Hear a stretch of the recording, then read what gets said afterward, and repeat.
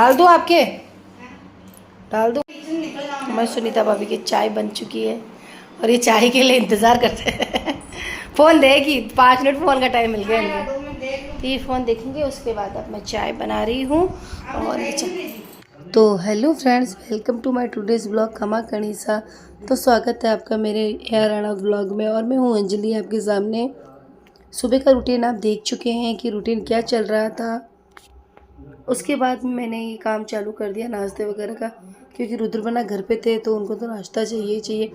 उसके साथ मेरी चाय कैसे रहती है, सुबह से मेरी चाय यूँ ही रहती है, ठंडी होती रहती है और मैं पी लेती हूँ, फिर ठंडी होती है, फिर भूल जाती हूँ, फिर दूसरी होती है। तो चाय का रूटीन तो यही चलता रहता है। इसके साथ ही मैंने उनके नाश्ते की तैयारी की। तो मैंने चने भिगो दिए थे रात को, तो वो चने थोड़े से थे, तो मैंने सोचा चलो रुद्रबना के लिए कुछ नया अलग से बनाया जाए ताकि उनको लगे।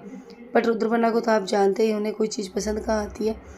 बीच बीच में मैं चाय पी जाए, रुद्रबना आ रहे हैं, मम्मा आप 1 सेकंड में बना के रख दीजिएगा। बट 1 सेकंड में क्या, मैंने बोला आप ऐसे बोलो काउंटिंग करो जितने मैं बनाती हूँ। उन्होंने 100 तक काउंटिंग की स्पीड में, और मैंने जल्दी से इसको फ्राई कर दिया। जिससे कि रुद्रबना ने उनके खाने के लिए सी तैयार हो चुका।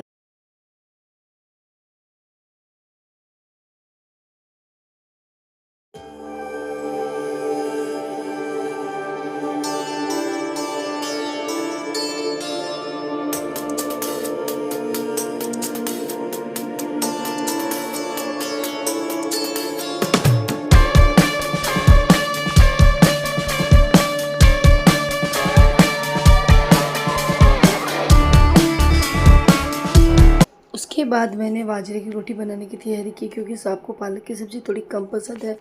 तो मैंने सोचा बाजरे की रोटी के साथ उनको पालक की सब्ज़ी खाने में कोई तकलीफ़ नहीं होगी। और मुझे आज बोलने में बड़ी तकलीफ़ हो रही है, क्योंकि मेरे गले में पता नहीं क्या हो जाता है।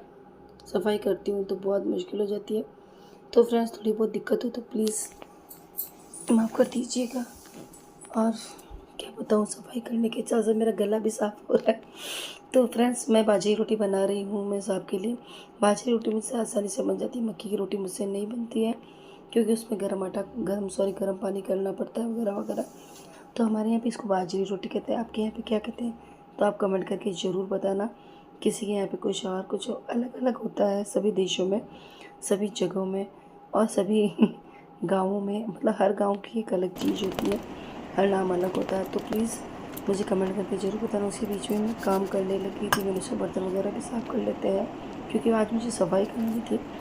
तो मैं यहाँ पे सफाई करने के लिए जेबना के कमरे में आ गई थी। बहुत गंदा कर रखा था। पहले तो मैंने उनको नॉर्मल डस्टिंग की, ताकि ये जो मेरे ऊपर नल फिटिंग की थी उसने, ऊपर वाले मकान की यहाँ से फिटिंग होती है, तो उसने यहाँ पे बहुत कुछ हटा दिया था। और उस चक्कर में गंदी हो गई थी, तो मिट्टी वगैरह उठी, डस्ट को हटाया। उसके बाद फिर मैंने चाले वगैरह झड़काने की पूरी दिवाली के हिसाब से कोशिश की, जो कि मैं कर रही हूँ। कोशिश पूरी करें ऊपर चढ़ के, और ऊपर के चाले भी मैं झड़का लूँगी। सफाई क्या करेंगे, बच्चे इतनी किताबें वगैरह इतना सब कुछ बिखेर देते ना कि उनको सेट करना मुश्किल हो जाता है। बट क्या करें, करना हमें ही पड़ता है। तो मैं सभी की सफाई कर रही है। जो टीवी देख रहे हैं वो पिछले साल, हमारे उस पिछले साल बच्चों ने तोड़ दी थी, तो हमें अर्जेंट में दिवाली के आसपास ही उन्होंने बोल करते हुए तोड़ दी थी। तो हमने नई टीवी ली थी, और जेबना आ चुके हैं। जब मैं सफाई करने लगूँगी तभी जेबना होकर, अरे मेरी बुक कहाँ रख दी, अरे मेरे कुछ, मतलब उनको उसी वक्त सब चीज़ें याद आती हैं। तो वो चीज़ को ढूंढने आ गए हैं। मैंने बोला पहले मुझे सफाई करने दो, उसके बाद तुम्हारी सब चीज़ें ढूंढना। तो मैं सफाई करने में लगी हुई हूँ। मैंने कंप्यूटर वगैरह सबको साफ़ किया, क्लीन सबको किया। बट ऐसा लगता है दिवाली तक वापस डस्ट जम जाए, क्योंकि मामा को हम सुबह सुबह जो खिड़कियाँ खोल देते हैं, मामा को कब कहते हैं कि ये खिड़कियाँ बाहर की तरफ कमरा है, तो खिड़कियाँ खोलना ज़रूरी होता है। सुबह ताज़ा हवा आती है फर्स्ट, और सेकंड ये है कि सुबह सुबह जो रोशनी होती है धूप की, तो वो अपनी दीवारों वगैरह में जो भी सीलन वगैरह जो भी होता है उसे निकाल देती है। तो खिड़कियाँ तो खोलनी भी पड़ती है, तो डस्ट बहुत जल्दी जम जाती है। तो हर सेकंड डे इनकी डस्टिंग करनी पड़ती है। सुनीता भाभी भी थोड़ा बिजी है, तो मैं भी उनको ज़्यादा नहीं कहती हूँ, क्योंकि छोटा बच्चा है तो बीमार हो जाएगा, इस वजह से ज़्यादा परेशान नहीं करती हूँ। कुछ दिनों बाद थोड़ा बड़ा हो जाएगा तो उनको कह दूँगी। अभी सफाई में भी उनको ही बुलाना था, पर वो भी, उसको तबीयत ख़राब हो गई, तो मैंने उनको ज़्यादा परेशान नहीं किया, वरना वो मेरी सफाई कराने आ जाते हैं। छोटे मोटे काम कराने वो आ ही जाते हैं। वैसे भी सुबह मेरे छोटे मोटे काम, जैसे बिस्तर वगैरह को बाहर रखवाना वगैरह सब वो करा देते हैं, बिना कहीं करा देते हैं, कहने की ज़रूरत नहीं पड़ती है। तो जो काम मुझे करना है वो तो मुझे ही करना पड़ेगा ना।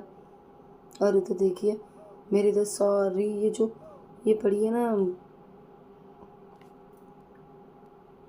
ये रैक रखी हुई है, उस रैक को मैंने ऊपर से लाके नीचे पटका। अब नीचे से मैं ठेठ ऊपर मतलब 3rd फ्लोर पे लेके रखा दूंगी, क्योंकि यहाँ पे पूरी गंदगी हो जाती है। उसको वहीं के लिए लाए थे, बट अभी कारीगर वगैरह लग रहे हैं ऊपर के मकान में, तो इस हिसाब से मुझे ये सफाई इस कमरे से तो पूरी क्लीन करनी पड़ेगी, वरना इसमें मेरे को लगता है दिवाली तो बहुत ज़्यादा जमा हो जाएगा। टेबल वगैरह के पीछे से भी मैं कचरे को अच्छी तरह से ले रही हूँ, क्योंकि फिर मैं इतना अच्छी तरह से डस्टिंग इतनी जल्दी नहीं कर पाऊँगी। दिवाली आ गई है, 2-3 दिन में करवा चौथ आ जाएगी। करवा चौथ के बाद में तो पता ही नहीं चलता दिवाली कब आ जाती है। तो मैं इसकी सफाई पूरी कर दूँगी, वो भी मैं आपको लास्ट में दिखाऊँगी। इसके बाद में मेरा रूम कैसा लगता है जय बना का, तो आप ज़रूर देखना। अभी तो मैं फ़िलहाल सफाई कर रही हूँ, अकेले सफाई करनी पड़ती है।